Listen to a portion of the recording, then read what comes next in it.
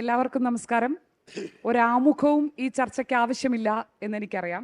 അതുകൊണ്ട് ആദ്യത്തെ ചോദ്യം ശ്രീ ശശി തരൂർ, മനസ്സിൽ ഉദ്ദേശിക്കുന്നത് എന്താണോ അത് കേൾക്കുന്ന ആൾക്ക് ഒരു സംശയവുമില്ലാതെ നന്നായി കമ്മ്യൂണിക്കേറ്റ് ചെയ്യാൻ അറിയാവുന്ന ആളാണ് താങ്കൾ, അല്ലേ? Thank you. അതാണ് എൻ്റെ വിശ്വാസം. പക്ഷെ ചിലർ പറയുന്നു, അയ്യോ ഇയാൾ പറയണമെന്ന് മനസ്സിലാവുന്നില്ല, ഡിക്ഷണറി കൊണ്ടുവരണം. അതൊന്നും സത്യമല്ല. ഞാൻ നേരിട്ട് പറയുന്ന ഒരാളാണ്, സാധാരണ ഭാഷയിൽ സംസാരിക്കുന്ന ഒരാളാണ്. ഈ ട്രോളുകൾ ചില കാര്യങ്ങൾ പറയും, അതിന് ഞാനും അതിൻ്റെ ഒപ്പം കളിക്കും ചിലപ്പോൾ. പക്ഷെ അല്ലെങ്കിൽ ഞാൻ മനസ്സിലുള്ളത് നേരിട്ട് പറയുന്നത് മാത്രമല്ല, അത് പറയണത് ആൾക്കാർക്ക് മനസ്സിലാക്കുന്ന രീതിയിലേ പറയുള്ളൂ. അപ്പോൾ ഇപ്പോൾ പറഞ്ഞുകൊണ്ടിരിക്കുന്നതൊക്കെ കേൾക്കുന്ന ആളുകൾക്ക്, മനസ്സിലാകേണ്ടവർക്ക് മനസ്സിലാകുന്നുണ്ട്. അപ്പോൾ ഇവിടെ കൂടി നിൽക്കുന്ന ആൾക്കാരുടെയൊക്കെ മനസ്സിലുണ്ടാകുന്ന ചില ചോദ്യങ്ങളുണ്ട്. ഒരു റാപ്പിഡ് ഫയർ പോലെ അവർ ചോദിക്കാൻ ആഗ്രഹിക്കുന്ന ചില ചോദ്യങ്ങളുണ്ടാവും. അത് ആദ്യം തന്നെ ചോദിച്ചു കഴിഞ്ഞാൽ എനിക്ക് തോന്നുന്നു നമുക്ക് സ്വതന്ത്രമായി കുറച്ചുകൂടി വിശാലമായി അങ്ങയുടെ ലോകത്തെക്കുറിച്ച് പിന്നീട് സംസാരിക്കാൻ പറ്റുന്നു. ഞാൻ അങ്ങനെ ഒരു റാപ്പിഡ് ഫയർ പോലെ ആദ്യം ഒരു 5-6 ചോദ്യങ്ങൾ ചോദിക്കട്ടെ?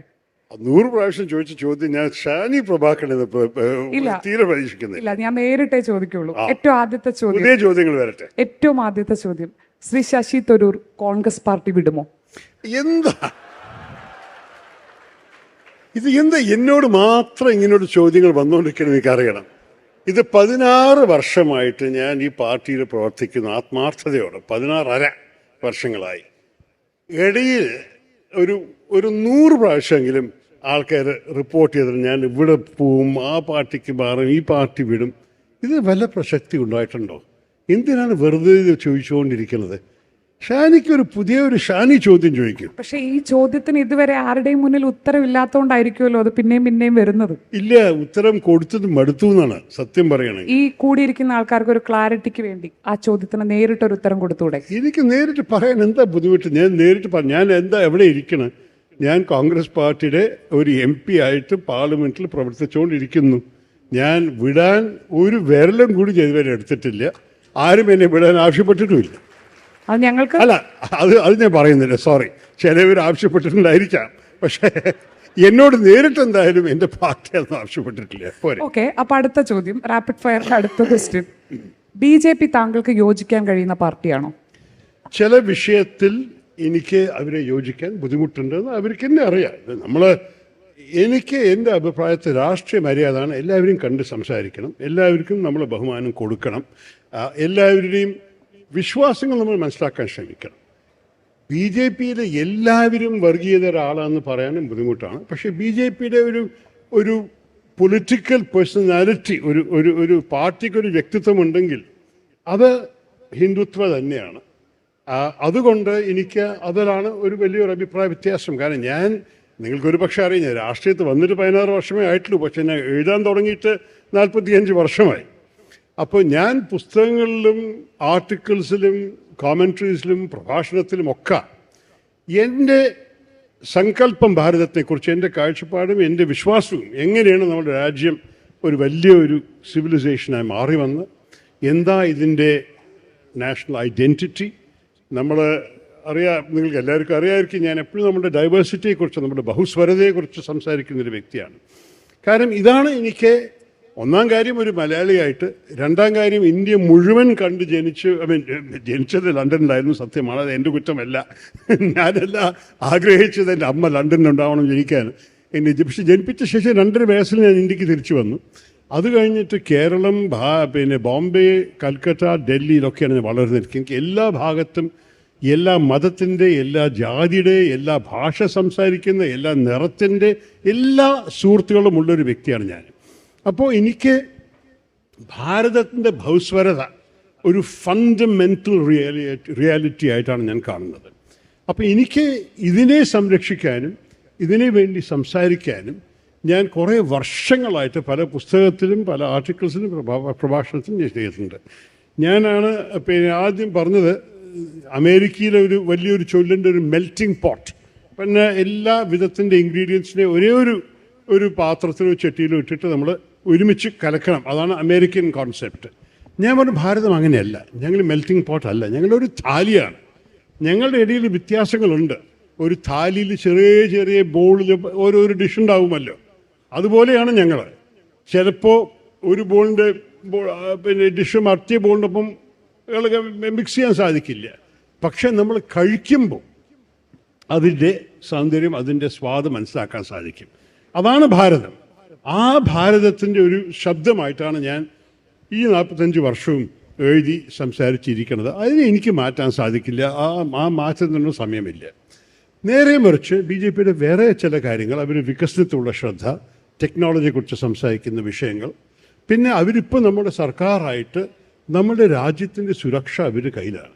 അപ്പോൾ യുദ്ധത്തിൻ്റെ വിഷയങ്ങളോ അല്ലെങ്കിൽ നമ്മുടെ വിദേശകാര്യങ്ങളുടെ വിഷയങ്ങൾ വരുമ്പോൾ എൻ്റെ അഭിപ്രായത്തിൽ ഇതിൽ നമ്മൾക്ക് അവരൊപ്പം നിൽക്കാൻ ഒരു ബുദ്ധിമുട്ടും കാണരുത്. ഞാൻ കണ്ടിട്ടില്ല. കാരണം ഞാൻ ആദ്യം എക്സ്റ്റേണൽ അഫയേഴ്സ് കമ്മിറ്റീൻ്റെ അധ്യക്ഷനായത് 2014 ആ സമയത്ത് തന്നെ ഞാൻ പറഞ്ഞു, എൻ്റെ അഭിപ്രായത്തിൽ കോൺഗ്രസ് ഫോറിൻ പോളിസിയും BJP ഫോറിൻ പോളിസി എന്ന് പറഞ്ഞ കാര്യമില്ല. ഒരു ഇന്ത്യൻ ഫോറിൻ പോളിസി, ഒരു ഇന്ത്യൻ നാഷണൽ ഇൻട്രസ്റ്റ് ഉണ്ട്. അങ്ങനെയാണ് ഞാൻ കാണുന്നത്, അങ്ങനെയാണ് ഞാൻ സംസാരിക്കുകയാണ്. പക്ഷെ അതിൻ്റെ മുമ്പും കൂടി 2009 ഞാൻ ആദ്യം ഒരു രാഷ്ട്രീയ സ്ഥാനാർത്ഥിയായി മത്സരിക്കുന്ന അനുഭവത്തിൽ എൻ്റെ പ്രചരണത്തിലേ ഞാൻ പറഞ്ഞു, അതൊക്കെ റെക്കോർഡിലാണ്, ആൾക്കാർ എൻ്റെ പഴയ പ്രഭാഷണത്തിൽ കണ്ടോളൂ, പുതിയ കാര്യമല്ല, 16 വർഷം മുമ്പത്തെ കാര്യമാണ്.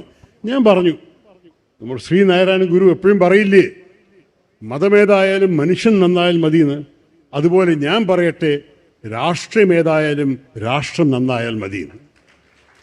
അതാണ് എൻ്റെ ഹൃദയം, എൻ്റെ വിശ്വാസം. അപ്പം ഞാൻ ജയിച്ച് ആദ്യം ഡൽഹി പോയി സത്യപ്രതിജ്ഞ ചെയ്ത് മന്ത്രിയായി തിരിച്ചു വരുമ്പോൾ ഞാൻ ആദ്യം എയർപോർട്ടിൽ നിന്ന് പോയത് എൻ്റെ പാർട്ടിയുടെ സ്വീകരണത്തിനായിരുന്നില്ല. ഞാൻ ആദ്യം എയർപോർട്ടിൽ നിന്ന് പോയത് മുഖ്യമന്ത്രിയുടെ ഓഫീസ്, ആ കാലത്ത് VS അച്യുതാനന്ദനായിരുന്നു. എന്നിട്ട് ഞാൻ അദ്ദേഹത്തിനോട് പറഞ്ഞു, ഇലക്ഷൻ കഴിഞ്ഞു, ഇനി ഞാൻ നിങ്ങളുടെ തലസ്ഥാനത്തിൻ്റെ ഒരു പ്രതിനിധിയായിട്ട് എന്നെ കാണൂ, കേരളത്തിൻ്റെ ആവശ്യത്തിന് വേണ്ടി ഞാൻ എപ്പോഴും നിങ്ങളുടെ ഒപ്പം ഉണ്ടാവും എന്ന് പറഞ്ഞിട്ടാണ് ഞാൻ ഇറങ്ങിയത്. അപ്പോൾ ഇതിൽ ഞാൻ കമ്മ്യൂണിസ്റ്റ് ആവുന്നോ BJP ആവുന്നല്ല. എൻ്റെ അഭിപ്രായത്തിൽ ഞാനൊരു തെരഞ്ഞെടുപ്പ് എന്തിനാണ് മത്സരിക്കുന്നത്? ഞാൻ ആൾക്കാർക്ക് ഒരൊറ്റ കാര്യമാണ് ഞാൻ പറയുന്നത്, എല്ലാവർക്കും രാജ്യം മെച്ചമാവണം, ഭാരതം നന്നാവണം, കേരളം നന്നാവണം. അതാണ് നമ്മൾ എല്ലാവരും വിശ്വാസം. അത് ഏത് വഴിക്ക് നന്നാവണം, ഏത് പോളിസീസ്, ഏത് നയമങ്ങൾ, ഏത് പ്രോജക്ട്സ് നമ്മൾ സ്വീകരിച്ചിട്ടാണ് അതിന് നന്നാക്കേണ്ടത്, അതിൽ നമുക്ക് അഭിപ്രായ വ്യത്യാസം ഉണ്ടാവാം. അതുപോലെ രാഷ്ട്രീയ ഐഡിയോളജിയിൽ നമുക്ക് അഭിപ്രായ വ്യത്യാസങ്ങൾ ഉണ്ടാവാം. ആ വ്യത്യാസങ്ങൾ നമ്മൾ നിങ്ങളുടെ മുന്നോട്ട് വെക്കുന്ന തെരഞ്ഞെടുപ്പിൽ നിങ്ങൾ തീരുമാനിച്ചോളൂ. നിങ്ങൾ തീരുമാനിച്ച ശേഷം ആര് ജയിച്ചാലും അവർ എല്ലാവരുടെയും പ്രതിനിധിയാണ്. അതാണ് എൻ്റെ സങ്കല്പം രാഷ്ട്രീയത്തിൻ്റെ. അത് ഭാരതത്തിലൊരു വലിയ സ്വീകാര്യത ഇല്ലാത്തൊരു വിശ്വാസമായിരിക്കാം, പക്ഷെ ഇതാണ് എൻ്റെ വിശ്വാസം. എനിക്കതിനെ എളുപ്പത്തിൽ മാറ്റാൻ സാധിക്കില്ല. രാഷ്ട്രീയം ഏതായാലും രാഷ്ട്രത്തിന് വേണ്ടി, രാഷ്ട്രം നന്നായാൽ മതി എന്ന ആ വാചകം ശരിക്കും ഇന്ത്യയെ സംബന്ധിച്ച് വളരെ പ്രധാനപ്പെട്ടതാണ്. BJPയുടെ രാഷ്ട്രീയം നമ്മുടെ രാഷ്ട്രത്തിന് നല്ലതാണോ? നോക്കൂ, എല്ലാറ്റിലും ഒരുപക്ഷെ നന്നാവില്ലായിരിക്കും. എനിക്ക് അഭിപ്രായ വ്യത്യാസമുള്ളപ്പോൾ ഞാൻ പറഞ്ഞിട്ടില്ലല്ലോ, എത്ര പ്രാവശ്യം പറഞ്ഞിട്ടാണ്, വീണ്ടും ആവർത്തിക്കാൻ ആവശ്യമില്ല. പക്ഷേ ഒരു കാര്യം ഷാനി നിങ്ങൾക്കറിയണം, ഏത് പാർട്ടിക്കും ഒരു പോളിസി മുന്നോട്ട് വയ്ക്കുമ്പോൾ നമുക്ക് ആൾക്കാർ പിന്തുണ വേണം. 2004 വാജ്പേയി വലിയൊരു ജനങ്ങളുടെ ഒപ്പം ഒരു സ്വീകാര്യത ഉണ്ടായിരുന്നു എന്നാണ് എല്ലാവരും വിശ്വാസം. അദ്ദേഹം ഇന്ത്യ ഷൈനിങ് എന്ന് പറഞ്ഞൊരു ഇന്ത്യ മിന്നുന്നു എന്ന് പറഞ്ഞിട്ടൊരു ക്യാമ്പയിൻ നടത്തി. എന്ത് പറ്റി? ആൾക്കാർ പറഞ്ഞു ശരി മിന്നുണ്ടാകും, പക്ഷെ ആർക്കാണ് മിന്നുന്നത്? Who is India shining for? അപ്പോൾ ആ ചോദ്യത്തിന് പല പാവപ്പെട്ട ആൾക്കാരും സാധാരണക്കാരും പറഞ്ഞു ഞങ്ങൾക്കല്ല മിന്നുന്നത്, ഞങ്ങളുടെ ജീവിതത്തിൽ വലിയ മേഖല വന്നിട്ടില്ല. അങ്ങനെയാണ് മൻമോഹൻ സിംഗിൻ്റെ നേതൃത്വത്തിൽ UPA ജയിച്ചു വന്നത്. അപ്പോഴാണ് ഈ മഹാത്മാഗാന്ധിയുടെ തൊഴിലുറപ്പ് പദ്ധതിയും റൈറ്റ് ടു ഇൻഫർമേഷൻ ആക്റ്റും പല കാര്യങ്ങൾ നമ്മുടെ ഭരണത്തിനെ സാധാരണക്കാർക്ക് അടുപ്പിക്കാനുള്ള ഓരോരോ കാര്യങ്ങൾ കൊണ്ടുവന്നത്. അപ്പോൾ അതിന് പാസ്സാക്കാൻ കോൺഗ്രസ് പാർട്ടി ആഗ്രഹിച്ചു എന്ന് മാത്രമല്ല, അതിന് 10-25 വേറെ പാർട്ടികൾ വോട്ട് ചെയ്തിട്ടില്ലെങ്കിൽ അത് നടന്നിട്ടുണ്ടാവില്ല. പക്ഷെ ആൾക്കാർ മനസ്സിലായി, ജനങ്ങൾ ഇതിന് വേണ്ടിയിട്ടാണ് വോട്ട് ചെയ്തത്. അവർക്ക് ഒരു ഇന്ത്യയുടെ വലിയൊരു സക്സസ് ആണെന്ന് കേട്ടിട്ട് പോരാ, അവർക്ക് തോന്നിയിട്ടില്ല അവരുടെ ജീവിതത്തിൽ. അതുകൊണ്ട് നമ്മൾ ഇതെല്ലാം ചെയ്യണം, അവർക്ക് അടുപ്പിക്കാൻ. അങ്ങനെ വന്നിട്ടല്ലേ 2009 വീണ്ടും കോൺഗ്രസും UPAയും ജയിച്ചിട്ട് വന്നത്. അതുപോലെ തന്നെ ശരി നമ്മൾ നോക്കുമ്പോൾ നരേന്ദ്രമോദിയുടെ എല്ലാ പോളിസീസും നമ്മൾ സ്വീകരിക്കാൻ ആവശ്യമില്ല. പക്ഷെ അദ്ദേഹം കൊണ്ടുവന്ന ചില കാര്യങ്ങൾക്കൊരു സ്വീകാര്യത ജനങ്ങളുടെ ഇടയിൽ ഉണ്ടെന്ന് തെളിവെന്താണ്? അവർ ഇലക്ഷൻ ജയിച്ച് വീണ്ടും വരുന്നു. നമുക്ക് നമ്മുടെ വോട്ടർമാരെ ബഹുമാനിക്കണ്ടേ? ഞാൻ എപ്പോഴും പറയും, ഒരു സംശയവും വേണ്ട, നമ്മളുടെ സിസ്റ്റം ഒരു പാർലമെൻ്ററി സിസ്റ്റമാണ്. അപ്പോൾ അതിൽ പല പാർട്ടികളും ഇറങ്ങും, അവരുടെ സങ്കല്പം, അവരുടെ കാഴ്ചപ്പാട് ജനങ്ങളുടെ മുമ്പിൽ വയ്ക്കും. പക്ഷേ ഇവർക്കൊരു ഭൂരിപക്ഷം കിട്ടാതെയും കൂടി 37%, 37.6 മറ്റാണ് അവരെല്ലാം വെച്ച് കൂടുതൽ കിട്ടിയിരിക്കുന്നത് 2019 ഇലക്ഷനിൽ. ഈ തവണ കുറച്ച് ചുരുങ്ങി 36 എന്തോ ആയിരുന്നു. പക്ഷേ അതിൻ്റെ അർത്ഥം എന്താണ്? നമ്മളുടെ സിസ്റ്റമിൻ്റെ അകത്ത് ഭൂരിപക്ഷം സ്ഥലത്തിൽ, ഭൂരിപക്ഷം മണ്ഡലത്തിൽ അവരായിരുന്നു സെലക്റ്റഡ് പാർട്ടി. അപ്പം നമ്മുടെ സിസ്റ്റം നമ്മൾ അതിനെ ബഹുമാനിച്ചിട്ടില്ലെങ്കിൽ എങ്ങനെ നമ്മൾ ഡെമോക്രാറ്റ്സ് ആണെന്ന് പറയാൻ സാധിക്കും? ജനാധിപത്യത്തിൻ്റെ അർത്ഥം ഒരു വോട്ട് വന്നു കഴിഞ്ഞാൽ അതിൻ്റെ റിസൾട്ട് നമ്മൾക്ക് അംഗീകരിക്കണം. അതാണ് എൻ്റെ വിശ്വാസം. പ്രധാനമന്ത്രി നരേന്ദ്രമോദിയുടെ പോളിസികളിൽ ചിലത് അംഗീകരിക്കേണ്ടതുണ്ടെന്ന് താങ്കൾ പറഞ്ഞു. കഴിഞ്ഞ 11 വർഷം പ്രധാനമന്ത്രി എന്ന നിലയിൽ നരേന്ദ്രമോദി എടുത്ത ഏത് തീരുമാനമാണ് ഏറ്റവും നന്നായി താങ്കൾക്ക് തോന്നിയത്? ഏറ്റവും മികച്ചതായി താങ്കൾ കാണുന്നത് ഏത് തീരുമാനമാണ്? 3-4 ഉദാഹരണം തരാം. ചെറിയ കാര്യങ്ങളാണ്. ഒന്ന്, ഈ സ്വച്ഛ് ഭാരത്. കാരണം നമ്മൾക്ക് ഈ രാജ്യത്തിൻ്റെ മാലിന്യം മാനേജ് ചെയ്യാൻ സാധിക്കാത്ത ഒരു കഴിവില്ലായ എനിക്ക് വലിയൊരു വിഷമമാണ്. ഞാൻ കുറേ വർഷം വിദേശത്ത് ജീവിച്ച കാരണമായിരിക്കും. പക്ഷേ ഒരു കാലത്ത്, പ്രത്യേകിച്ച് നമ്മൾ മലയാളിയായിട്ട്, ഞാനൊരു തിരുവനന്തപുരത്തിന് പ്രതിനിധിയായിട്ട് പറയുകയാണെങ്കിൽ, ഞാൻ ഒരു കുട്ടിയായിരിക്കുമ്പോൾ ബോംബെയിൽ ഞങ്ങൾ വളരെയായിരുന്നു. ഞാൻ ആ സമയത്ത് തിരുവനന്തപുരത്ത് ആദ്യം വന്നത് 10-11 വയസ്സായിരുന്നു. എനിക്കിപ്പോൾ കൂടി ഓർമ്മയുണ്ട്. ഭയങ്കര ഒരു മഴ പെയ്തു. 5 മിനിറ്റിൻ്റെ അകത്ത് വെള്ളമെല്ലാം പോയി റോഡ് ക്ലിയറായി നിൽക്കണ്ടായിരുന്നു. ഞാൻ അതിശയം എൻ്റെ ഒരു അച്ഛനോട് ചോദിച്ചു, അച്ഛാ, ബോംബെയിൽ ഇങ്ങനെ ഒരു മഴ പെയ്താൽ 5-6 മണിക്കൂറിന് പിള്ളേരെ കാർ ഉന്താൻ വേണ്ടി പൈസ സമ്പാദിക്കാൻ വേണ്ടി നിൽക്കുകയാണ് പാതിയിലൊക്കെ. അത്രത്തോളം കുളമാണ് പാത. എങ്ങനെയാണ് തിരുവനന്തപുരം ഇങ്ങനെ ആയത്? അച്ഛൻ പറഞ്ഞു, ഇന്ത്യയിലത്തെ എല്ലാം വെച്ച് വൃത്തിയുള്ള നഗരമാണ് തിരുവനന്തപുരം. മഹാരാജാവിൻ്റെ കാലം മുതൽക്ക് റോഡുകൾ കെട്ടിയിരിക്കുന്നത് ഇങ്ങനെയാണ്. ഒരു സ്ലോപ്പോടെ റോഡ് വരെ പോകുന്നു. എന്നിട്ട് മഴ പെയ്ത് കഴിഞ്ഞാൽ അങ്ങനെ ഈ ഡ്രെയിൻസിൽ പോവും. എന്നിട്ട് ഇവിടുന്ന് നേരിട്ട് കനാലിലെത്തും. കനാലിൽ നിന്ന് സമുദ്രം പോവും. ഇതാണ് തിരുവനന്തപുരത്തിൻ്റെ പ്രത്യേകത എന്ന് പറഞ്ഞു. ഞാനതൊക്കെ പഠിച്ചു. പിന്നെ 40 വർഷം കഴിഞ്ഞിട്ട് മത്സരിക്കാൻ വരുമ്പോൾ എന്താ ഞാൻ കാണുന്നത്? വലിയൊരു മഴ, അങ്ങനെ ജംഗ്ഷനൊക്കെ സ്വിമ്മിംഗ് പൂളാവുന്നു. അപ്പം ഞാൻ ചോദിച്ചു, എന്ത് പറ്റിയേ? നമ്മുടെ ഭരണത്തിൻ്റെ കുഴപ്പമാണോ? കോൺട്രാക്ടർമാർ പണം സമ്പാദിക്കാൻ വേണ്ടി ചില എളുപ്പം എടുത്തു. ആൾക്കാരുടെ ആൾക്കൂട്ടം കൂടി വന്ന കാരണം ഒക്കെ കൺസ്ട്രക്ഷൻ പ്രശ്നം ആർക്കും അറിയില്ല. പക്ഷേ ഈ ഓടകളൊക്കെ കവറായിപ്പോയി. വെള്ളം പോകുന്നില്ല, പാതി തന്നെ നിൽക്കുന്നു. ആൾക്കാർ വീട്ടിനകത്ത് വെള്ളം കയറുന്നു. അതൊരു ഉദാഹരണം. രണ്ടാമത്തത് മാലിന്യം. ഇപ്പോൾ എവിടെ നോക്കിയാലും മാലിന്യം അറിഞ്ഞിരിക്കുകയാണ്. ഞാനൊരു പ്രതിനിധിയായിട്ട് എപ്പോഴും പറയും, നമ്മളുടെ നഗരം ഒരു അഭിമാനമാവരുത്, ആവണ്ടേ. പക്ഷേ അഭിമാനം ആവുന്ന പകരം നമ്മൾ കാണുന്നത് ശരിക്ക് ആൾക്കാർക്ക് പറയാൻ അവകാശമുണ്ട്, ഈ തലസ്ഥാനം നാറുന്നുവല്ലോ എന്ന്. ആ നാശത്തെ മാറ്റാൻ നമുക്ക് ഈ ഭാരതത്തിനെ വൃത്തിയാക്കാനുള്ള ഒരു ആവശ്യം നേരിട്ട് കണ്ടാൽ മനസ്സിലാക്കുക. നമ്മളുടെ രാജ്യം തലസ്ഥാനം പോയി എന്താ കാണുന്നത്? അവിടെ നമ്മൾ ശ്വാസം എടുക്കാൻ സാധിക്കില്ല. പൊല്യൂഷൻ അത്ര മോശമാണ്. ശ്വാസം മുട്ടാൻ തുടങ്ങി because all the pollution in the air. അപ്പോൾ ഈ ഭാരതത്തിനെ വൃത്തിയാക്കണമെന്ന് നമ്മളെല്ലാവരും തലയിൽ കയറ്റിയത് ഈ പ്രധാനമന്ത്രി തന്നെയാണ്. അത് എനിക്ക് ഒരു വിരോധമില്ല. അദ്ദേഹം എന്നെ സ്വച്ഛ് ഭാരതത്തിൻ്റെ ഒരു ഗുഡ് വിൽ അംബാസഡർ ആവാൻ ആഗ്രഹിച്ചപ്പോൾ ഞാൻ സംബന്ധിച്ചത് ഒരൊറ്റ കാര്യം തന്നെയാണ്. ഇതൊരു ആവശ്യമുള്ള ഒരു പ്രോജക്റ്റാണ്. അതൊരു ഉദാഹരണം. രണ്ടാമത്തേത്, നമ്മളുടെ ഗ്രാമദേശത്തിൽ, പ്രത്യേകിച്ച് നോർത്ത് ഇന്ത്യയിൽ ഞാൻ കണ്ടിരിക്കുന്നത്, ആൾക്കാർക്ക്, പ്രത്യേകിച്ച് സ്ത്രീകൾക്ക്, മഹിളകൾക്ക് ഈ കിച്ചണിൽ അവർക്ക് കുക്ക് ചെയ്യാനുള്ള സംവിധാനം തീരെയില്ല. ജനലില്ലാത്ത മുറികളിൽ അവർ വിറകിനെ കത്തിച്ചിട്ട് അതിലാണ് കുക്ക് ചെയ്യണം. നമ്മുടെ ഗ്രാമദേശത്തിൻ്റെ മഹിളകളുടെ ജീവിതം 20-30 വർഷം ചുരുങ്ങുന്നുണ്ട് നമ്മുടെ നോർത്ത് ഇന്ത്യൻ ഗ്രാമങ്ങളിൽ. ഒരൊറ്റ കാരണത്തിന് അവർ ഈ പോയിസണസ് ഈ സ്മോക്കാണ് അവരിങ്ങനെ ഇൻഹെയിൽ ചെയ്തുകൊണ്ടിരിക്കുന്നത്. അവരെല്ലാ ദിവസവും 3 നേരം ഭക്ഷണം ഉണ്ടാക്കുമ്പോൾ. അപ്പോൾ നരേന്ദ്രമോദിയുടെ ഐഡിയയായിരുന്നു ഫ്രീ കുക്കിംഗ് ഗ്യാസ് കൊടുക്കുകയാണ്. അത് പൂർണ്ണമായും നടന്നില്ല എന്ന് ഞാൻ തന്നെ പറഞ്ഞിട്ടുണ്ട്, ചൂണ്ടിക്കാണിച്ചിട്ടുണ്ട്. അവർ ഒരു ഗ്യാസ് സിലിണ്ടറാണ് എല്ലാവർക്കും കൊടുക്കുന്നത്.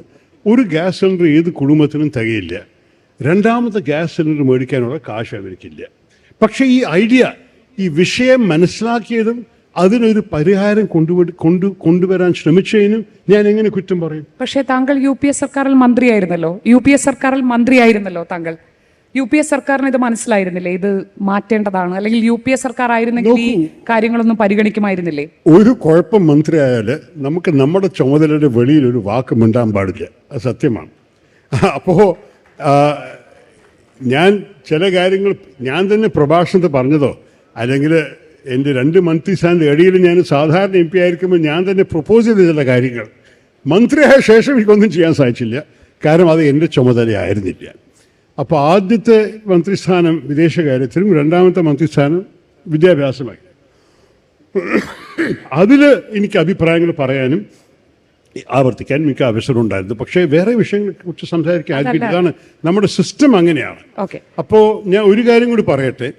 നമ്മൾ എല്ലാ വിഷയത്തിനെ കുറിച്ച് അഭിപ്രായം ഉണ്ടാവാം, പക്ഷെ അവസാനത്തിൽ ഒരു സർക്കാർ വരുമ്പോൾ സർക്കാർ കൊടുക്കുന്ന ഉത്തരവാദിത്തങ്ങൾ നമ്മൾ മനസ്സിലാക്കി ചെയ്യണം. തീർച്ചയായും അത് യോജിക്കാവുന്ന കാര്യമാണ്. പക്ഷേ സ്വച്ഛ ഭാരതിന്റെ പേരിൽ എന്ന് വെച്ചാൽ തെരുവുകൾ വൃത്തിയാക്കുന്നതിന്റെ പേരിൽ ഈ രാജ്യത്തെ പൗരന്മാർക്കിടയിൽ 2 തരം പൗരന്മാരുണ്ട് എന്ന് പറയുന്ന പ്രധാനമന്ത്രിയെയും ആ രാഷ്ട്രീയത്തെയും മറ്റെല്ലാം മറന്നുകൊണ്ട് നമ്മൾ വികസനം കൊള്ളാം, അതുകൊണ്ട് അംഗീകരിക്കാം എന്ന് കരുതാൻ താങ്കൾക്ക് പറ്റുമോ?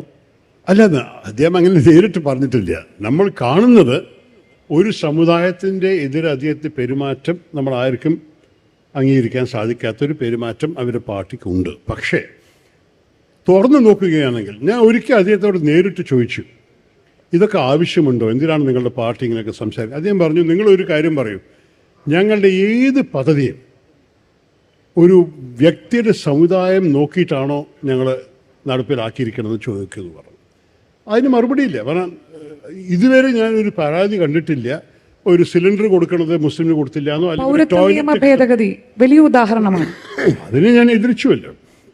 സിറ്റിസൺഷിപ്പ് അമെൻമെൻറ്റ് ആക്ടാണ് ഞങ്ങൾ പറയുന്നത്. ഈ പൗരത്വത്തിനെ അവർ ചാലഞ്ച് ചെയ്യണത്. അതുമാത്രമല്ല, അതിൻ്റെ ഒപ്പം പ്രത്യേകിച്ച് ചില ബോർഡർ സംസ്ഥാനങ്ങളിൽ ഇന്നാൾ നമ്മൾ കണ്ടു, ബംഗാളിലും ആസാമിലും ചില പ്രശ്നങ്ങൾ വരുന്നത്, അതിൽ ചില അന്യായങ്ങൾ സംഭവിച്ചിട്ടുള്ളൊരു സംശയവുമില്ല.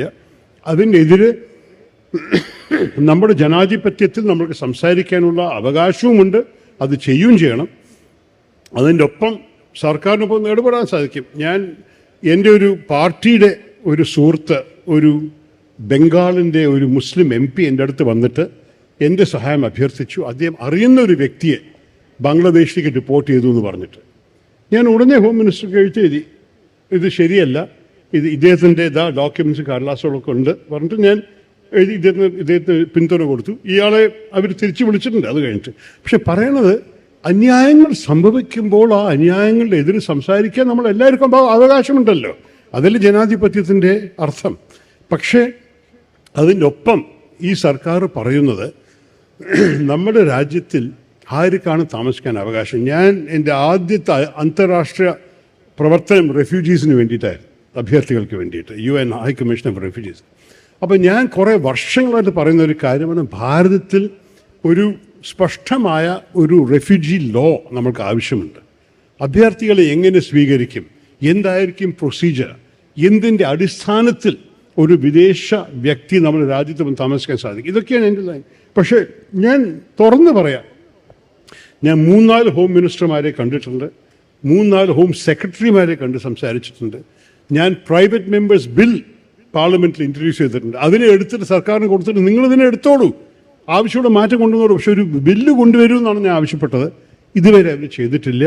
അത് മാത്രമല്ല, എൻ്റെ പാർട്ടി ഭരിക്കുമ്പോഴും ഹോം മിനിസ്റ്റർ ആ സമയത്ത് ചെയ്യാൻ തയ്യാറായിരുന്നില്ല.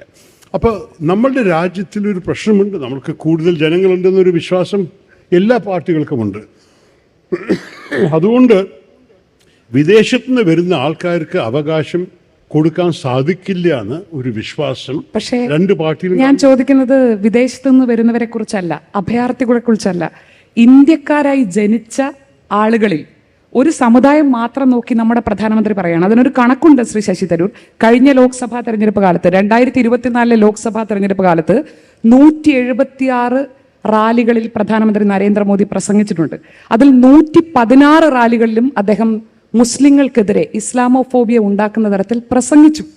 നമ്മുടെ രാജ്യത്തെ പൗരന്മാർ, നമ്മളെപ്പോലെ, എന്നെപ്പോലെ, ശ്രീ ശശി തരൂരിനെ പോലെ അതേ അവകാശങ്ങളുള്ള മനുഷ്യരെ അത് അവർ രാജ്യത്തെ ഒറ്റുകൊടുക്കാൻ നിൽക്കുന്നവരാണ്. അവർ പാകിസ്ഥാനെ സഹായിക്കും, ഇവർ ഏത് തക്കം കിട്ടിയാൽ നമ്മുടെ രാജ്യത്തെ ചതിക്കും എന്ന് ഒരു പ്രധാനമന്ത്രി പറഞ്ഞാൽ, ലോകത്തിലെ ഏറ്റവും വലിയ വികസനം നടത്തിയാൽ പോലും ആ പ്രധാനമന്ത്രിയെ ചോദ്യം ചെയ്യാൻ ശ്രീ ശശി തരൂർ എന്ന വിശ്വപൗരൻ മുന്നിൽ ഉണ്ടാവേണ്ടതല്ലേ?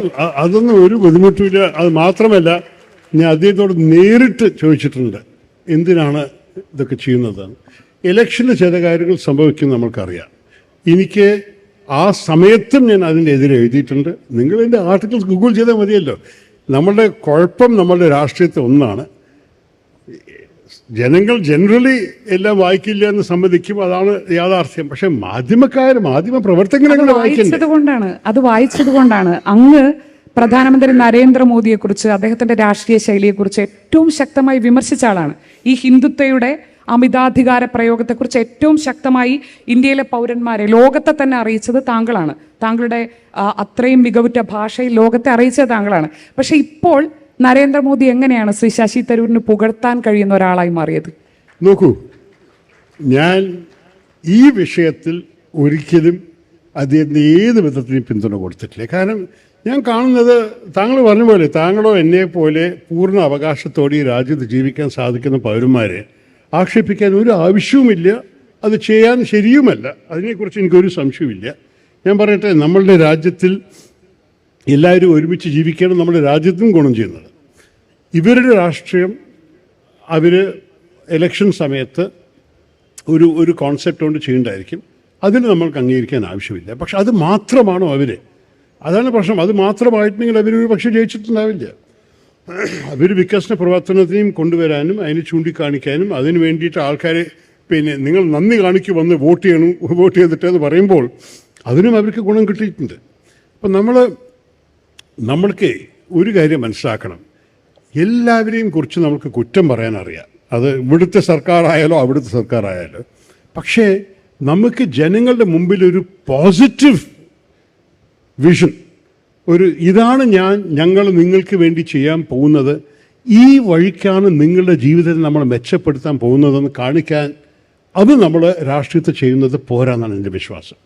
അപ്പോൾ നിങ്ങൾ ഇന്ന് മുതൽ നമ്മളുടെ സംസാരം തുടങ്ങിയ മുതൽ എപ്പോഴും താങ്കൾ മറ്റേവരെ കുറിച്ച് നെഗറ്റീവ് പറയാനാണ് താങ്കൾ ആവശ്യപ്പെട്ടിരിക്കുന്നത്. അപ്പം ഞാൻ പറയട്ടെ, നെഗറ്റീവ് നല്ലോണം എളുപ്പത്തിൽ പറയാം. അത് പറഞ്ഞിട്ടുമുണ്ട്, പറയാൻ എനിക്ക് മടിയുമില്ല. പക്ഷെ അത് മാത്രം പറഞ്ഞാൽ മതിയോ? നമ്മുടെ രാജ്യം നന്നാക്കാനോ ജനങ്ങളുടെ ഇടയിൽ നമ്മുടെ സന്ദേശം എത്തിക്കാനോ നമ്മൾക്ക് നമ്മുടെ സ്വന്തം ഒരു കാഴ്ചപ്പാട് വേണ്ടേ? കേരളത്തിൻ്റെ സ്ഥിതി തന്നെ നോക്കുമ്പോൾ നമുക്ക് ഈ 6 മാസത്തിൻ്റെ അകത്ത് ഇലക്ഷൻ വരാൻ പോവുകയാണ്. എന്താണ് നമ്മുടെ സംസ്ഥാനത്തിൻ്റെ സ്ഥിതി? നിങ്ങളെല്ലാവരും എല്ലാ ദിവസവും അനുഭവിക്കുന്ന കാര്യങ്ങളാണ് ഞാൻ ചോദിക്കുന്നത്. നമ്മുടെ സർക്കാർ കടത്തിലാണ്. ഇന്ത്യയിലത്തെ എല്ലാ സംസ്ഥാനങ്ങളും വെച്ച് രണ്ടാമത്തെ എല്ലാം വെച്ച് മോശം കടം നമ്മുടെയാണ്, കേരളത്തിൻ്റെയാണ്. സെപ്റ്റംബർ ആകുമ്പോഴേക്കും സർക്കാരിൻ്റെ റവന്യൂസ് പൂർത്തിയായി അവർ കടമെടുത്തിട്ടാണ് ശമ്പളങ്ങളും ഓണം ബോണസും കൊടുക്കുന്നത്. ഇത് ശരിയാണോ? ഇങ്ങനെയാണോ നമ്മുടെ സംസ്ഥാനം മുന്നോട്ട്? പക്ഷേ നമ്മുടെ സർക്കാരിന്റെ മാത്രം കുഴപ്പമാണോ? കേന്ദ്ര സർക്കാരിന്റെയും പ്രധാനമന്ത്രി നരേന്ദ്രമോദിയുടെയും സംസ്ഥാനങ്ങളോടുള്ള സമീപനവും അതിൽ പ്രധാനമല്ലേ? നമുക്ക് അവകാശപ്പെട്ട തുക സംസ്ഥാനങ്ങൾക്ക് കേന്ദ്ര സർക്കാർ കൊടുക്കുന്നുണ്ടോ? അതിനുവേണ്ടി ശ്രീ ശശി തരൂർ വാദിക്കുന്നുണ്ടോ? അല്ല, നോക്കൂ, നമുക്ക് കിട്ടാനുള്ളതെല്ലാം കിട്ടണമെന്ന് ഒരു സംശയമില്ല. പക്ഷേ ഇപ്പോൾ നിങ്ങൾ കണ്ടില്ലേ ഈ PM ശ്രീ വിവാദത്തെ വിശേഷം? എന്താണ് ഈ PM ശ്രീ റൂള് പറയുന്നത്? നാഷണൽ എഡ്യൂക്കേഷൻ പോളിസിയോ സ്റ്റേറ്റ് എഡ്യൂക്കേഷൻ പോളിസിയോ ഇംപ്ലിമെൻറ്റ് ചെയ്യണമെന്നാണ് ആവശ്യപ്പെട്ടിരിക്കുന്നത്. അപ്പം നമുക്ക് അഥവാ നാഷണൽ എഡ്യൂക്കേഷൻ പോളിസിയിൽ ചില കാര്യങ്ങൾ ഇഷ്ടപ്പെട്ടിട്ടില്ലെങ്കിൽ എനിക്ക് അതിൽ വലിയൊരു ബുദ്ധിമുട്ടൊന്നും കാണുന്നില്ല. കാരണം അതിലൊരു വർഗീയതയോ ഒരു സാഫ്രണൈസേഷനോ ഒന്നും ഞാൻ കണ്ടിട്ടില്ല NDPയിൽ. പക്ഷേ അത് ഉണ്ടെങ്കിലും കൂടി ശരി, നമ്മുടെ സ്റ്റേറ്റ് എഡ്യൂക്കേഷൻ പോളിസി നടപ്പിലാക്കണം. നമ്മുടെ സ്റ്റേറ്റ് ടെക്സ്റ്റ് ബുക്സ് അല്ലെന്ന് ഇറക്കുന്നത്. പക്ഷെ ഐഡിയോളജിയിൽ നിന്നിട്ട് സർക്കാരിനെ വിമർശിച്ചിട്ട് നമ്മുടെ കേന്ദ്രത്തിന് പണം എടുക്കില്ല എന്ന് പറഞ്ഞാൽ ആർക്കാണ് നഷ്ടം? നമ്മുടെ നാട്ടുകാർക്കാണ് നഷ്ടം. നമ്മുടെ ഗവൺമെന്റ് സ്കൂളില് റൂഫ് ലീക്ക് ചെയ്യുന്നു, വെള്ളം വരുന്നു മഴ പെയ്യുമ്പോൾ. അതിനൊക്കെ ശരിയാക്കാനോ പുതിയ ബ്ലാക്ക് ബോർഡോ ഡെസ്ക് ഉണ്ടാക്കാനോ അല്ലെങ്കിൽ ടീച്ചർമാർ ശമ്പളം സമയത്ത് കൊടുക്കാനോ സർക്കാരിൻ്റെ കാശ് കിട്ടുമ്പോൾ അത് വേണ്ട പറയാനുള്ള എന്ത് ബുദ്ധിയാണ്? നമ്മൾക്ക് ഞാൻ പറയുന്നത്, ഈ നാടിനെ നന്നായിട്ട് നടത്താൻ ഒരു രാഷ്ട്രീയം മാത്രം പോരാ, ഒരു മാനേജ്മെൻറ്റ് കപ്പാസിറ്റി, ഒരു ഗവർണൻസ് കപ്പാസിറ്റി ഉണ്ടാവണം. നമ്മൾ ഗവൺമെൻറ് ഉണ്ടാക്കുക, പക്ഷെ നമ്മൾക്ക് ഗവർണൻസ് ചെയ്യാൻ അറിയുമെന്നാണ് ചോദ്യം. ഇത് നമ്മളുടെ ജനാധിപത്യത്തിൽ എങ്ങനെയാണ് ഈ നാട് നന്നാക്കേണ്ടത്? നമ്മൾക്ക് ഒരു കാര്യം സ്പഷ്ടമാണ്, കേരളത്തിൽ നമ്മൾക്ക് കാശില്ല. അപ്പോൾ നമ്മൾക്ക് റവന്യൂ ജനറേറ്റ് ചെയ്യണം. എങ്ങനെയാണ് റവന്യൂ ജനറേറ്റ് ചെയ്യുക? അതിനെക്കുറിച്ച് വല്ല ക്രിയേറ്റീവ് ഐഡിയാസ് ഉണ്ടോ? എങ്ങനെയാണ് മുന്നോട്ട് പോകേണ്ടത്? നമ്മൾ ബിസിനസ്സുകാരെ കേരളത്തിൽ വരാൻ സ്വീകരിക്കുന്നു, അവർ വരുന്നുണ്ടോ? ഇല്ല. എന്താ കാരണം? ആ കാരണങ്ങൾ കണ്ടുപിടിക്കണ്ടേ? ആ കാരണങ്ങൾക്ക് വേണ്ടി നമ്മൾ പരിഹാരം കൊണ്ടുവരണ്ടേ? ഒരു ചെറിയൊരു ഉദാഹരണം ഞാൻ കുറേ വർഷങ്ങളായി പറയുന്നു. ഈ കേരളത്തിലൊരു ഇൻവെസ്റ്റർ പ്രൊട്ടക്ഷൻ ആക്ട് വേണം. കാരണം ഇന്ത്യയിലത്തെ എല്ലാ സംസ്ഥാനത്തിൽ കർഷകരുടെ ആത്മഹത്യ അനുഭവം എല്ലാവർക്കും ഉണ്ടായിട്ടുണ്ട്.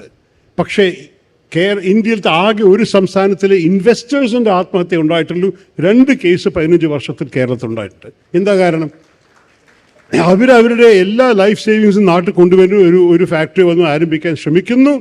എല്ലാ കാശ് ഇറക്കി ഭൂമി മേടിച്ച് ഫാക്ടറി കെട്ടിയ ശേഷമാണ് രാഷ്ട്രീയ തടസ്സങ്ങൾ, ചുവന്നുകൂടി വരൽ, പിന്നെ ഓരോരോ രാഷ്ട്രീയക്കാരുടെയും ട്രേഡ് യൂണിയൻസും ബ്ലാക്ക് മെയിലുണ്ട് എല്ലാം നഷ്ടപ്പെടുന്നത്. അങ്ങനെയാണ് ഈ 2 പേര് ആത്മഹത്യ ചെയ്തത്. അപ്പം ഞാൻ നിങ്ങളോട് നേരിട്ട് ചോദിക്കുന്നു, നമുക്ക് ജനങ്ങളെ സന്തോഷിപ്പിക്കണമെന്നുണ്ടെങ്കിൽ നമ്മളുടെ മക്കൾ പരീക്ഷ പാസ്സായ ഉടനെ ഈ സംസ്ഥാനം വിട്ടിട്ട് ഓടിപ്പോകാൻ ആഗ്രഹിക്കേണ്ടെന്ന് നമ്മൾക്കൊരു ആലോചന ഉണ്ടെങ്കിൽ ഇവിടെ അവരെ എങ്ങനെ നിർത്താൻ പോകണം? തൊഴിൽ വേണം. തൊഴിലുണ്ടാക്കാൻ ആരാണുള്ളത്? വ്യവസായികൾ വേണം. വ്യവസായികളും ഇൻവെസ്റ്റേഴ്സിനും നമ്മൾ കൊണ്ടുവരുന്നുണ്ടെങ്കിൽ നമ്മൾക്ക് ഈ ഈസ് ഓഫ് ഡൂയിങ് ബിസിനസ് വേണമെങ്കിൽ ശരിക്കും ചെയ്യണം. ഒരു കമ്പനി സ്ഥാപിക്കാൻ അമേരിക്കയിലോ സിംഗപ്പൂരിലോ 3 ദിവസമേ ആവശ്യമുള്ളൂ. ഇന്ത്യയിലത്തെ ആവറേജ് 114 ദിവസമാണ്. കേരളത്തിൽ ലേറ്റസ്റ്റ് കഴിഞ്ഞ വർഷത്തെ ഫിഗേഴ്സാണ് 236 ദിവസം. ഇപ്പം നമ്മുടെ മന്ത്രി രാജീവ് പറയുന്നു ഇപ്പോൾ 2 ദിവസം മതി ഒരു ബിസിനസ് സ്ഥാപിക്കാൻ. നിങ്ങൾ ശ്രമിച്ച് നോക്കിക്കോളൂ. ഞാൻ അതിനെ ആദ്യം സ്വീകാര്യം ചെയ്തു. എനിക്ക് അതിൽ വിവാദത്തിൽ പെട്ടു. അദ്ദേഹം ഇത് എഴുതിയതിന് ഞാൻ തപ്പ് കൊട്ടി എഴുതിയപ്പോൾ ആൾക്കാർ പറഞ്ഞത് സത്യമല്ല. പക്ഷെ ശരിക്കും നോക്കുകയാണെങ്കിൽ ബിസിനസ്സുകാരോട് ചോദിച്ചോളൂ, നമ്മൾക്ക് സിംഗിൾ വിൻഡോ ക്ലിയറൻസ് ഉണ്ടോ? ഇല്ല.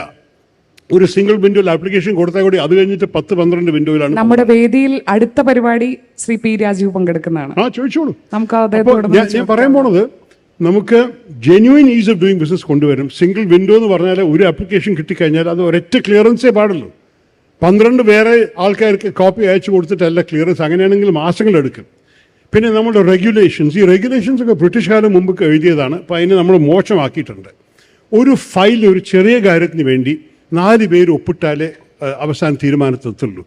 ഒരാൾ ഒപ്പിടുന്നു, അതോ കുറേ ആഴ്ചകൾ കഴിഞ്ഞിട്ട് ഒപ്പിട്ട ശേഷം രണ്ടാമത്തെ ആൾക്ക് ഫയൽ എത്തുമ്പോൾ ആളില്ല. ഒന്നുമില്ലെങ്കിൽ അവധിയിലാണ്, അല്ലെങ്കിൽ അസുഖമാണ്, അല്ലെങ്കിൽ വേറെ വല്ല ഡ്യൂട്ടിക്ക് അയച്ചിരിക്കുന്നു. ആ ഫയൽ അവിടെ തന്നെ ഇരിക്കും. ഇനിയും ആഴ്ചകൾ പോവും. പിന്നെ 3ാമത്തെ ആൾക്ക് എത്തും, 3ാമത്തെ ആൾക്ക് ഇതേപോലെ. അപ്പോൾ അവസാനത്തിൽ വേറെ രാജ്യങ്ങളിൽ 2-3 ദിനം എടുക്കുന്ന തീരുമാനം കേരളത്തിൽ 1 വർഷം 9 മാസമൊക്കെയാണ് എടുക്കുന്നത്. അപ്പോൾ നമ്മൾ ഈ റെഗുലേഷനെ പറ്റിക്കൂടെ? ഏത് തീരുമാനത്തിനും 2 ഉപ്പ് മാത്രം മതിയും തീരുമാനിച്ചൂടെ? ഒരു ഉദാഹരണം, 85% നമ്മുടെ റെഗുലേഷൻസിനെ നമ്മൾക്ക് ഒരു AI പ്രോഗ്രാം വെച്ചിട്ട് അതിനെ എലിമിനേറ്റ് ചെയ്യാൻ സാധിക്കുന്ന ഒരു സ്ഥിതിയാണ്. അങ്ങനെ വല്ലതും പ്രൊപ്പോസ് ചെയ്തിട്ടുണ്ടോ? ഇൻവെസ്റ്റർ പ്രൊട്ടക്ഷൻ ആക്ട് ഞാൻ പറഞ്ഞ പോലെ ഇവർക്ക് പറയണം, നിങ്ങൾ കേരളത്തിൽ പണം ഇറക്കിയാൽ നിങ്ങൾക്ക് രാഷ്ട്രീയ കാരണത്തിന് വേണ്ടിയിട്ട് നിങ്ങൾക്ക് നിങ്ങളുടെ പണം നഷ്ടപ്പെടില്ല. ബിസിനസ്സിൽ നഷ്ടപ്പെട്ടാൽ നിങ്ങളുടെ ബുദ്ധിമുട്ടാണ്.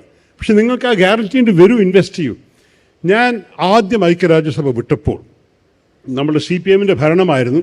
ആ കാലത്ത് എൻ്റെ ചെലവിൽ ഞാൻ ഒരു ജോലിയും ഉണ്ടായിരുന്നില്ല, രാഷ്ട്രീയത്തിൽ ഇറങ്ങിയിട്ടേ ഉണ്ടായിരുന്നില്ല, ഏത് പാർട്ടിയിലും ഉണ്ടായിരുന്നു.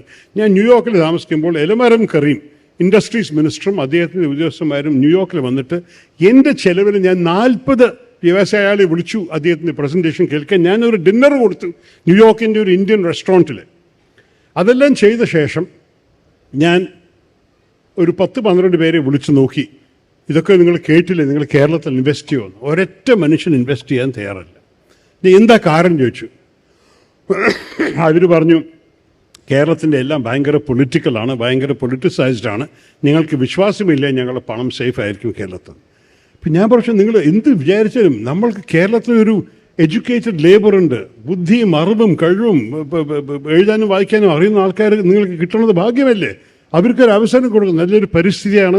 സർക്കാരിൻ്റെ വാഗ്ദാനങ്ങൾ നിങ്ങൾ കേട്ടില്ലേ, വരുമെന്ന് ചോദിച്ചപ്പോൾ അവർ പറഞ്ഞു, ആ മലയാളികളൊക്കെ ഞങ്ങളുടെ തൊട്ട് ബോർഡറിനെ ക്രോസ് ചെയ്ത് കോയമ്പത്തൂരിൽ പോയി പണം ഇറക്കിയാൽ അവരെ അവിടെയും കിട്ടും.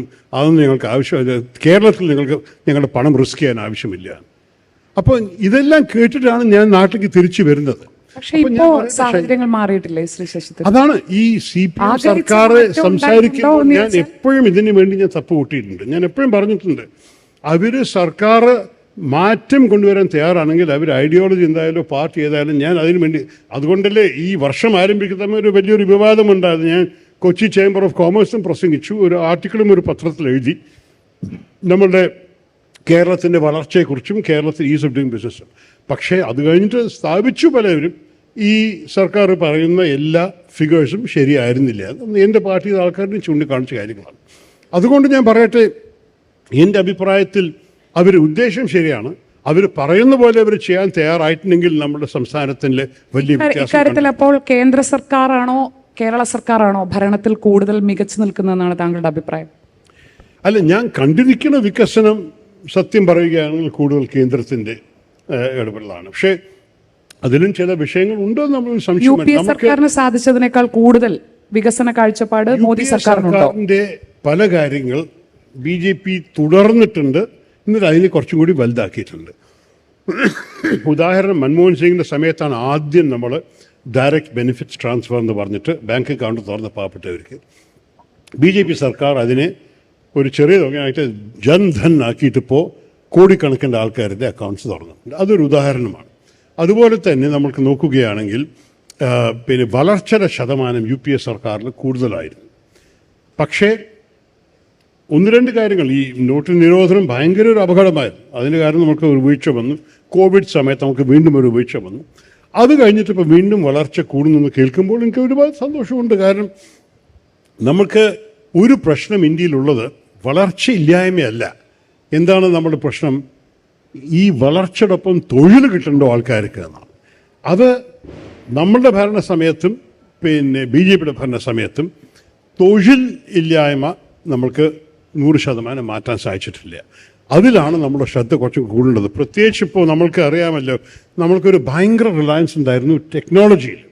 IT മേഖലയിൽ നല്ലൊരു വളർച്ച വന്നിട്ട് നമുക്ക് വലിയ സന്തോഷം തോന്നി. പക്ഷേ ഈ IT മേഖലയിൽ എന്ത് പറ്റിയിരിക്കണത്, ചില നമ്മുടെ ചെറുപ്പക്കാരൊക്കെ ചെയ്യുന്ന തൊഴിലുകൾ AI വന്ന ശേഷം ആ തൊഴിലിൻ്റെ ആവശ്യത്തിന് മനുഷ്യന്മാരെ ആവശ്യമില്ല ഈ തൊഴിൽ ചെയ്യാൻ. സോഫ്റ്റ്വെയർ തന്നെ ചെയ്ത് മാറ്റുന്നുണ്ട്.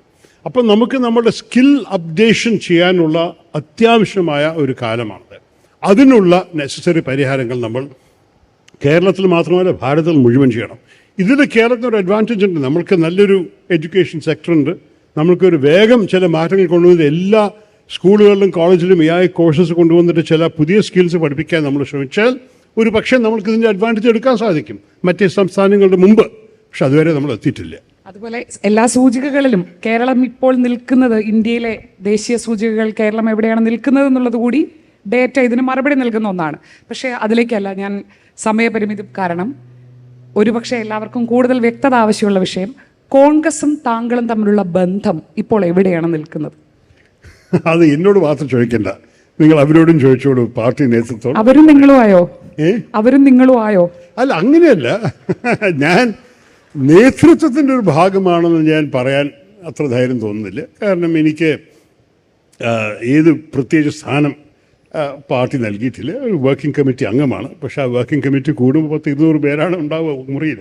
അപ്പം അതിന് വലിയൊരു പിന്നെ നേതാവിൻ്റെ ഒരു സ്റ്റാൻഡിങ് ഉണ്ടോ എന്ന് എനിക്കറിയില്ല. പക്ഷേ ഞാൻ കോൺഗ്രസിൻ്റെ ഒരു MP ആണ്. എനിക്ക് അതിൻ്റെ ഒപ്പം ചില അവകാശങ്ങളുണ്ട്. ഞാനൊരു ജനപ്രതിനിധിയാണ്. ജനങ്ങൾ തരുന്ന ചില അവകാശങ്ങളുണ്ട്. പാർട്ടിക്ക് എന്നെ വല്ല ആവശ്യമുണ്ടെങ്കിൽ അവർ പറയുമല്ലോ, പറയട്ടെ. കമ്മ്യൂണിക്കേഷൻ ഇല്ല, ഇപ്പോൾ പ്രോപ്പർ കമ്മ്യൂണിക്കേഷൻ ഇല്ല പാർട്ടിയും ശ്രീ ശശി തരൂരും തമ്മിൽ. എൻ്റെ ഒപ്പം സംസാരിക്കാൻ ആർക്കെങ്കിലും ബുദ്ധിമുട്ടുണ്ടായിട്ടുണ്ടോ? താങ്കൾക്കുണ്ടോ? ഇല്ല.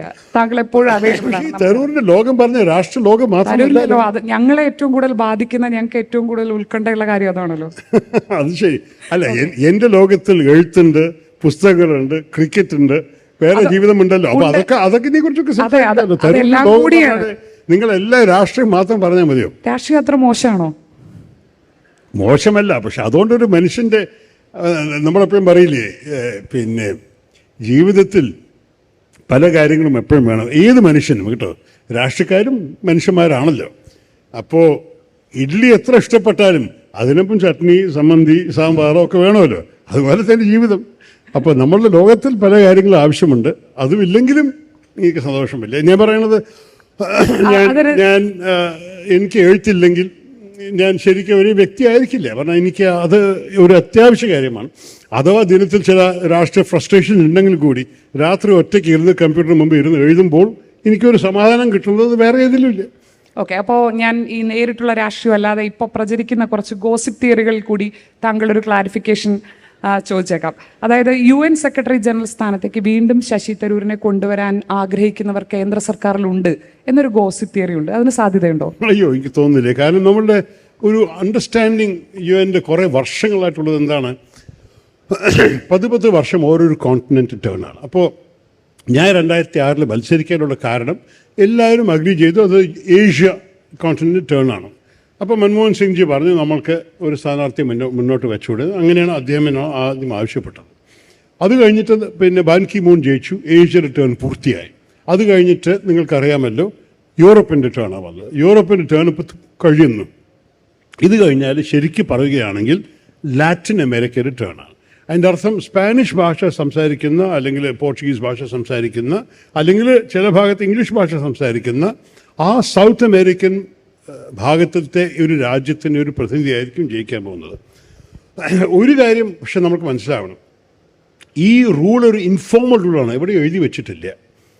അതിനെ എൻഫോഴ്സ് ചെയ്യാൻ ഒരു പെർമനൻറ്റ് മെമ്പറിൻ്റെ വീറ്റോ ആവശ്യമുണ്ട്.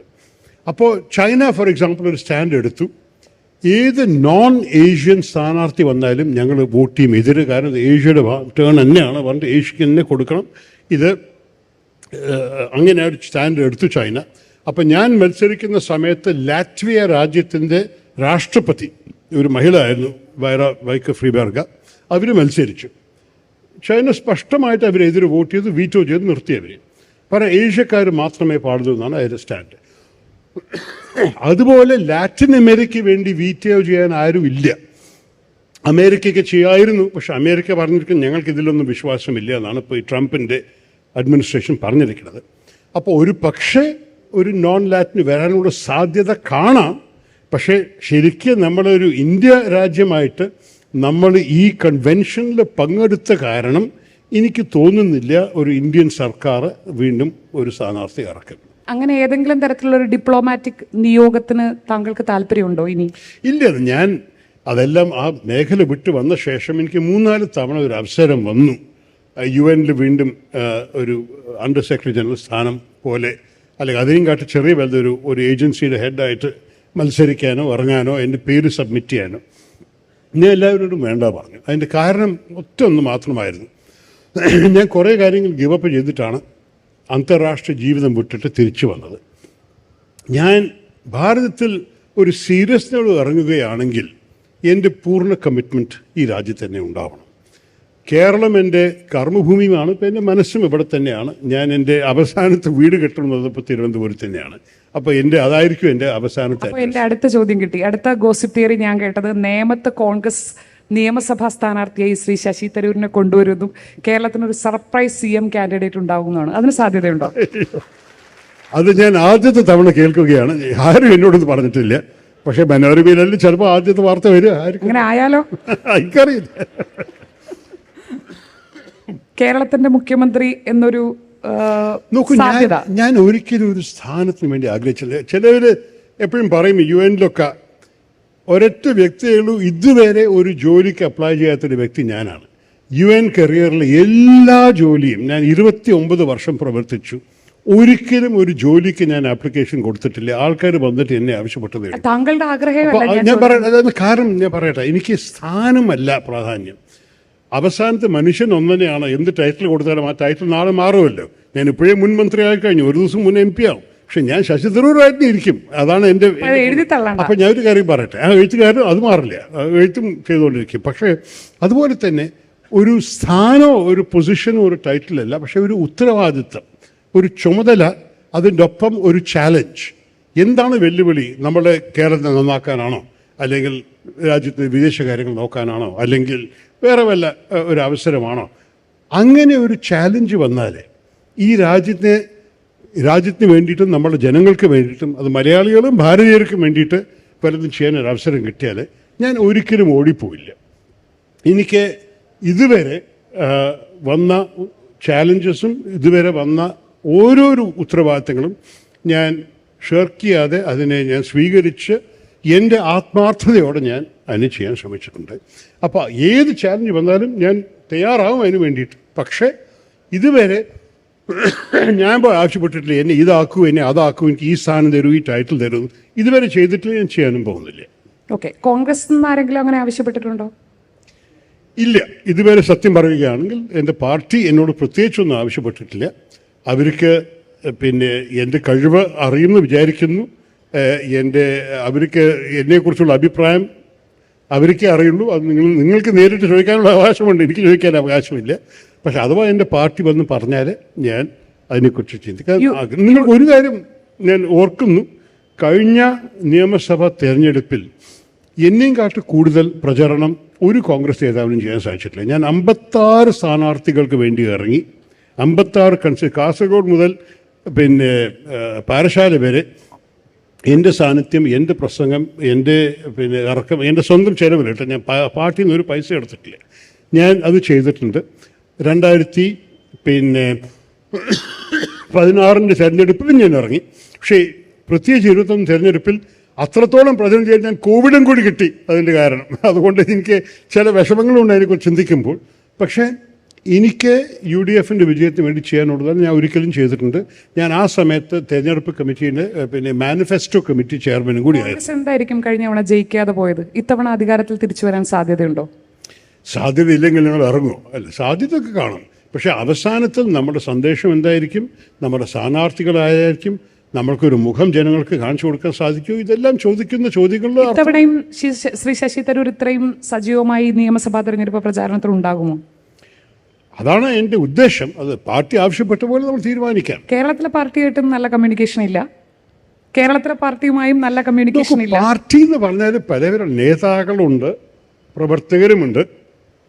നമ്മളുടെ ഓരോരോ ഏരിയയിൽ ഞാൻ എവിടെ പോയാലും എനിക്ക് കോൺഗ്രസ് പാർട്ടിയിലകത്തും മറ്റേ പാർട്ടികളിലും ചില സുഹൃത്തുക്കളുണ്ട്. അവരുടെ സ്നേഹം കാണുമ്പോൾ എനിക്കൊരു സംശയമില്ല, എനിക്ക് ജനങ്ങളോടൊപ്പം ഇറങ്ങാനും സംസാരിക്കാനും ബുദ്ധിമുട്ടില്ല. പക്ഷേ രാഷ്ട്രീയം ചെയ്യുന്നവർ മാത്രമല്ലല്ലോ. ഞാൻ ഇനി എപ്പോഴും കാണുന്നത് കേരളത്തിൽ സാധാരണക്കാർ പലവരും ഒരു രാഷ്ട്രീയ പാർട്ടിയുടെ അംഗങ്ങളും ആയിരിക്കില്ല. ചിലപ്പോൾ സ്വാഭാവികമായിട്ട് ഒരു പാർട്ടിക്ക് വേണ്ടി വോട്ട് ചെയ്യും അവരുടെ കുടുംബം, അപ്പോൾ അവരും അതുപോലെ വോട്ട് ചെയ്യും. പക്ഷെ പലവരും ഒരു പാർട്ടിക്ക് വേണ്ടിയിട്ടോ ഒരു ഐഡിയോളജിക്ക് വേണ്ടി നിൽക്കുന്നവരല്ല. അവർക്ക് ഈ രാജ്യത്തിനെയും ഈ നാടിനെയും മെച്ചമാക്കണമെന്നൊരാഗ്രഹം മാത്രമുണ്ട്. അവർ പലവരുമുണ്ട്. അത് ഏത് നഗരത്തിലോ ഏത് ജില്ലയിൽ പോയി കണ്ടാലും ആൾക്കാർ എൻ്റെ അടുത്ത് നിന്ന് പറയും, ഞങ്ങൾ രാഷ്ട്രീയത്തിൽ പങ്കെടുക്കില്ല, പക്ഷെ ഞങ്ങളിപ്പോൾ ഇറങ്ങൂ, നമ്മുടെ കാര്യങ്ങൾ ചെയ്യാൻ, ഇനി നാട് നന്നാക്കാൻ നിങ്ങളെ പ്രതീക്ഷിക്കുന്നു എന്നൊക്കെ പറയുമ്പോൾ എനിക്ക് ഒറ്റ തോന്നൽ മാത്രമാണ്, ഇങ്ങനെയുള്ള ആൾക്കാരെ നമ്മൾ മറക്കരുത്. നമ്മുടെ പാർട്ടി നേതാക്കളും പാർട്ടി പ്രവർത്തകരെയും അവർക്ക് വില കൊടുക്കണം. അവരാണ് ഈ പാർട്ടിയെ മുന്നോട്ട് കൊണ്ടുപോകുന്നത്, ഏത് പാർട്ടിയും. പക്ഷെ അതിൻ്റെ ഒപ്പം സാധാരണ ജനങ്ങൾ, സാധാരണ പൗരന്മാർ, സാധാരണ വോട്ടേഴ്സ്, സാധാരണ പിന്നെ നമ്മുടെ രാജ്യത്തിൻ്റെ വ്യക്തികൾ, അവർക്ക് നമ്മളൊരു ഭാവി ഉണ്ടാക്കി കൊടുക്കണ്ടേ, അവർക്ക് നല്ലൊരു ഇതുണ്ടാക്കണ്ടേ. ഈ കുട്ടികൾ എത്ര ചെറുപ്പക്കാരാണ് നമ്മുടെ സംസ്ഥാനം വിട്ടു പോകുന്നത്, വേറെ സംസ്ഥാനങ്ങൾക്കും വേറെ രാജ്യങ്ങൾക്കും. പക്ഷെ അതും കൂടി ഇങ്ങനെ പോയിക്കൊണ്ടിരിക്കാൻ സാധിക്കില്ല. നമ്മൾ മുണ്ടാണ് റെമിറ്റൻസസ് ജീവിക്കാൻ സാധിക്കില്ല. നിങ്ങൾക്കറിയാമല്ലോ, ഈ ഗൾഫ് ഭൂമി 50 വർഷമായിട്ട് ഗൾഫ് ഭൂമിന് നമുക്ക് നല്ല ലാഭമുണ്ടായിട്ടുണ്ട്. പക്ഷേ ഈ ഗൾഫ് രാജ്യങ്ങളും പുതിയ തലമുറ ജനിച്ച് വളരുന്നത്, അവരിപ്പോൾ മുമ്പ് മലയാളികൾ മാത്രമേ ചെയ്യാൻ തയ്യാറായിരുന്ന ജോലികൾ അവർ ചെയ്യാൻ തയ്യാറാണ്. അവർക്ക് എന്തുകൊണ്ട് കൊടുക്കില്ല? അവരവിടുത്തെ പൗരന്മാരാണ്, അവർ ചെയ്യട്ടെ. അപ്പോൾ നമ്മളുടെ സാധ്യതകൾ ചുരുങ്ങി വരാൻ പോവുകയാണ്. പണ്ട് കാലത്തെ പോലെ എല്ലാറ്റിനും വിദേശത്ത് പോകാനോ ഗൾഫിൽ പോയി ജോലി എടുത്തിട്ട് പണം നാട്ടിൽ അയച്ചു കൊടുക്കാനോ സാധിക്കില്ല. നമ്മൾക്ക് ഇവിടെ കേരളത്തിൽ സാധ്യതകൾ ഉണ്ടാക്കണം. അതാണ് എൻ്റെ വിഷൻ. നല്ലൊരു വിഷൻ അക്കാര്യത്തിൽ ശ്രീ ശശി തരൂരിനുണ്ട്. പിണറായി വിജയനെ പോലെ ചരിത്രപരമായ ആദ്യമായി തുടർഭരണം കിട്ടിയ ഒരു മുഖ്യമന്ത്രിയെ നേരിടാൻ കോൺഗ്രസ് ഒരു മുഖ്യമന്ത്രി സ്ഥാനാർത്ഥി ഇല്ലാതെ, ഒറ്റ പേരില്ലാതെ പോകുന്നത് ബുദ്ധിയാണോ? അല്ല, എൻ്റെ അഭിപ്രായത്തിൽ ഞാൻ നേതാക്കളോടും പറഞ്ഞിട്ടുണ്ട്, പിന്നെ ഒരു വ്യക്തി ആരായാലും ഒരു വ്യക്തിയെ ജനങ്ങളുടെ മുമ്പിൽ വെക്കുന്നത് ബുദ്ധിയാണ്. കാരണം ഈ കാലത്തിൽ ജനങ്ങൾക്കിപ്പോൾ അത്ര ഐഡിയോളജിയും കാര്യങ്ങളും അല്ല അത്രത്തോളം അവർ മനസ്സിലുള്ളത്. അവർക്ക് ആവശ്യമുള്ളത് ഇവർ ജയിച്ചാൽ ആരാണ് നമ്മളെ ഭരിക്കാൻ പോകുന്നത്, ആരാണ് ഈ നാട്ടിലിരിക്കാൻ പോകുന്നത്, ആരാണ് മുന്നോട്ട് കൊണ്ടുപോകണം. അതാണ് ഞാൻ കാണുന്നത്. മറ്റ് സംസ്ഥാനങ്ങളിലൊക്കെ അത് സ്പഷ്ടമായിരുന്നു. നിങ്ങൾക്ക് ഓർമ്മയില്ലോ, തമിഴ്നാട്ടിൽ ചിലപ്പോൾ ജയലളിതയുടെ പേരും അവരുടെ സിമ്പിൾ മാത്രമേ ആവശ്യമുണ്ടായിരുന്നുള്ളൂ. ആരാണ് ലോക്കൽ സ്ഥാനാർത്ഥിനും കൂടി അറിഞ്ഞില്ല. അതുപോലെ തന്നെ ബംഗാളിൽ ഇപ്പോൾ TMC ജയിക്കുന്നത് മമതാ ബാനർജിയുടെ പേരിലാണ്. ഏത് സ്ഥാനാർത്ഥി ആയാലും സ്ഥാനാർത്ഥി മാറ്റിയാൽ കൂടി മമതാ ബാനർജിയുടെ പേരിലാണ് വോട്ട് ആവശ്യപ്പെടുന്നത്. അത് അങ്ങനെ നമ്മുടെ ജനങ്ങളുടെ ഒരു രീതി അങ്ങനെ ആയി. അതിനെക്കുറിച്ച് കേരളത്തിൽ പഠിപ്പുണ്ട്, അറിവുണ്ട്, നമ്മൾ ഐഡിയോളജിയൊക്കെ മനസ്സിലാക്കുന്ന ആൾക്കാരാണ്. നമ്മൾക്ക് പിന്നെ ഓരോരോ മൂല്യങ്ങളുടെ അടിസ്ഥാനത്തിൽ വോട്ട് ചെയ്യണമെന്നൊക്കെ പറയാം. പക്ഷെ സത്യമാണ്, അവർക്കറിയാം CPM വന്നാൽ മുഖ്യമന്ത്രി സ്ഥാനാർത്ഥി ആരാണെന്ന്, BJP വന്നാൽ ആരാണെന്ന് അറിയാം, കോൺഗ്രസ് വന്നാൽ ആരാണെന്ന് അറിയുമോ? ഇതാണ് ചോദ്യം. താങ്കൾക്കൊരു പേര് പറയാനുണ്ടോ കോൺഗ്രസിന്റെ മുഖ്യമന്ത്രി? ഇല്ല, ഞാൻ പറയില്ല. ഇല്ല, ആ കളിയിൽ ഞാൻ ഇറങ്ങുന്നില്ല. ഇത് കോൺഗ്രസ് നേതൃത്വം തന്നെ തീരുമാനിക്കട്ടെ. പക്ഷെ ഒരു തീരുമാനം ഗുണം ചെയ്യുന്നതാണ് എൻ്റെ വിശ്വാസം. ഓക്കെ, ഒരു ചോദ്യത്തിനോ ഒന്നോ രണ്ടോ ചെറിയ ചോദ്യങ്ങൾക്കുള്ള അവസരം ഉണ്ടാവും. നേരിട്ടുള്ള ചെറിയ ചോദ്യങ്ങൾ പ്ലീസ്. എവിടെ മൈക്കുണ്ടോ ആൾക്കാർക്ക് കൊടുക്കാൻ?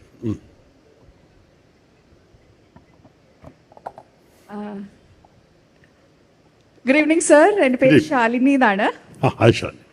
ഷാനി ചോദിച്ച ചോദ്യങ്ങൾ പൊളിറ്റിക്സുമായി ബന്ധപ്പെട്ടാണ്. സർ പ്രത്യേകം ചോദിച്ചു ലിറ്ററേച്ചറുമായി. You write and this is about literature and geopolitics and this is ഇത് ഷാനി ചോദിച്ച ചോദ്യങ്ങളായിട്ട് ബന്ധപ്പെട്ട ചോദ്യമൊന്നുമല്ല, പക്ഷെ ചോദ്യം കുറച്ച് വലുതായിരിക്കും. സർ, എനിക്ക് ചോദിക്കാനുള്ളത്, സാറിൻ്റെ ഓക്സ്ഫോർഡ് യൂണിയനിലെ സാറിൻ്റെ പ്രസംഗത്തിൽ, അതിൽ മാത്രമല്ല പല പ്രസംഗങ്ങളിലും സാർ ബ്രിട്ടീഷ് കൊളോണിയലിസത്തിനെ കുറിച്ച് പറഞ്ഞിട്ടുണ്ട്. അതിൽ തന്നെ സാർ പറഞ്ഞ ഒരു വലിയ പോയിന്റ് എന്ന് പറയുന്നത് India was Britain's biggest cash cow. Alright. So there is a narrative that's been taught and told to us for the past 78 years that നമ്മൾ ഇന്ത്യ എന്ന് പറയുന്ന രാജ്യം സ്വാതന്ത്ര്യം നേടിയതിനെ കുറിച്ച് ഒരു നറേറ്റീവ് ഇത്ര നാളും കഴിഞ്ഞ 78 ഇയേഴ്സ് ആയിട്ട് നമ്മൾ പഠിച്ചു വന്നിട്ടുണ്ട്. എന്നാൽ ഒരു പുസ്തകം, ഞാൻ വായിച്ചൊരു പുസ്തകമാണ് അവർ ഹിഡൻ ലൈവ്സ് എന്ന് പറയുന്ന സൈമൺ ഗാർഫീൽഡിൻ്റെ പുസ്തകത്തിൽ, അതിൽ അവർ പോസ്റ്റ് വേൾഡ് വാറിന് ശേഷം, സെക്കൻഡ് വേൾഡ് വാറിന് ശേഷം 1945 ഒരു മാസ് ഒബ്സർവേഷൻ പ്രോജക്റ്റ് എന്ന് പറഞ്ഞൊരു പ്രോജക്റ്റ് ഉണ്ടാക്കുകയും ബ്രിട്ടനിലെ ഒരു 200ഓളം ആളുകളുടെ, സാധാരണ ആളുകളുടെ, ഞാനൊന്ന് ഇന്റർഫിയർ ചെയ്തോട്ടെ, സമയം നമുക്ക് സ്ട്രേറ്റ് ക്വസ്റ്റ്യൻ, കാരണം എന്ത് ചോദിക്കുക എല്ലാ പുസ്തകവും സാറ് വായിച്ചിട്ടുണ്ടാവും. ഇത് അങ്ങനത്തെ ചോദ്യമല്ല, this is a different question.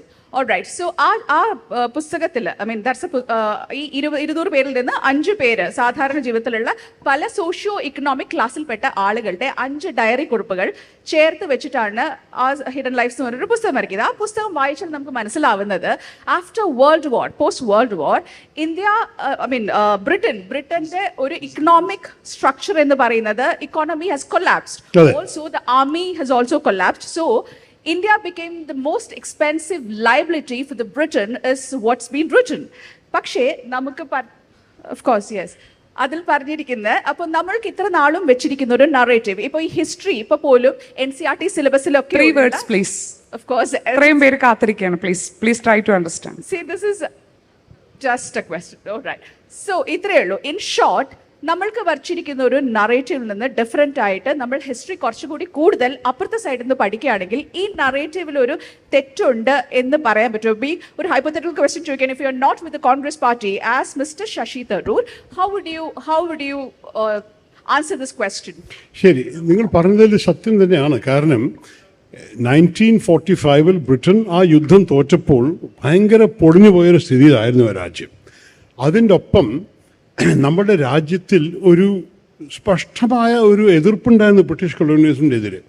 നിങ്ങൾക്കൊരു പക്ഷേ അറിയുമില്ല, നമ്മുടെ കോൺഗ്രസ് പാർട്ടി നയിക്കുന്ന സിവിൽ ഡിസൊബീഡിയൻസ് മൂവ്മെൻറ്റും മാസ് സബ്സേജും ഒക്കെ ഉണ്ടായിരുന്നത് മാത്രമല്ല, അതിൻ്റെ ഒപ്പം റോയൽ ഇന്ത്യൻ നേവിയിൽ ഒരു മ്യൂട്ടിനി ഉണ്ടായിരുന്നു.